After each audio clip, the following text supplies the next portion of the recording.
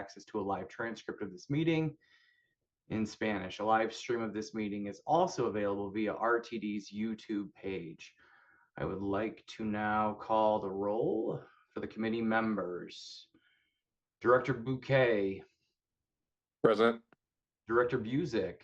Here. Director Chandler. Present. Director Nicholson. I am here. As far as I know, Director Pagliari is away for work. Director Whitmore. Present. And I, myself, Ian Harwick, am also present. So that gives us 6 out of 7 are present. Now I would like to open up to public comment. Anyone who would like to address the committee regarding any topic listed in the published meeting agenda for the current. Thank you.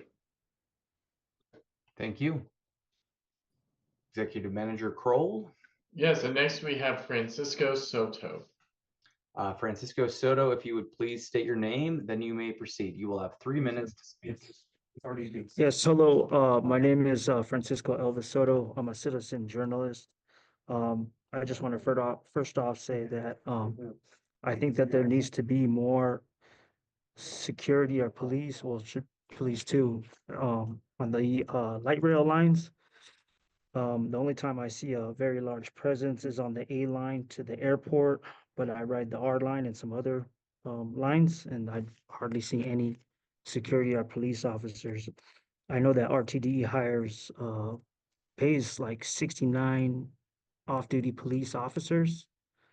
I don't know what they're doing, but they're not really doing anything. So it leads me to my next issue is that I saw an incident on December 8th, 2025 at around 2 p.m. There was 7 police officers arresting one woman with a 9-month-old baby. Through my investigation, I got all 7 of the police officers' body cam footage.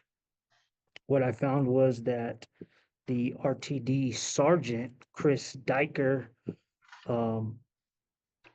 he was intentionally covering his body camera with his jacket. He was wearing his body camera on his belt loop and covering it with his jacket. I have video footage from my cell phone and then from other officers' body cameras. I know that the previous RTD police chief, Joe Fitzgerald, according to the 9 News interview with the CEO, Deborah Johnson, he and other top command staff were responding to calls without wearing their body cameras. Now, going back to the incident, there was no female officers out of all the 7 officers. A male officer did a pat down. It was a very modest one, so it wasn't like, a very thorough one. But still, there should have been a female officer there.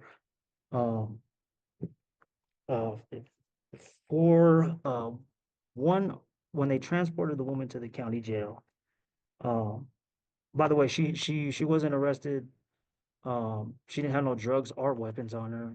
It was a domestic disturbance call, but they couldn't find the partner there. But they took her to the county jail because she had a felony warrant. Anyways, it took 4 police officers to transport her. She wasn't like resisting or, anything. One RTD police officer physically transported her to the county jail. 3 off-duty Denver police officers followed in their patrol vehicle. I don't know why it takes 4 police officers to transport one woman. Those other 3 off-duty officers could have been on patrolling the light rails, keeping people safe. Anyways, if you could find links to the videos, I uploaded them all online on my website, theauditor.com. Thank you. Thank you, Francisco Soto. Executive Manager Kroll, do we have anyone else in line? Committee Chair Harwick, at this time I see no additional hands raised. And in anticipation of your next question, there were no emails submitted to the board pertaining to public comment for any item on this month or the preceding month's agenda. Okay. I was remiss to say that we're joined currently by Chair O'Keefe and Director Guzman.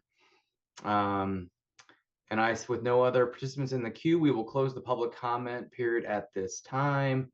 There are no external entities reports for today's meeting. There are no recommended actions. We do, however, have 3 important discussion items on the agenda. The first item is for the June 2026 service change, and I would like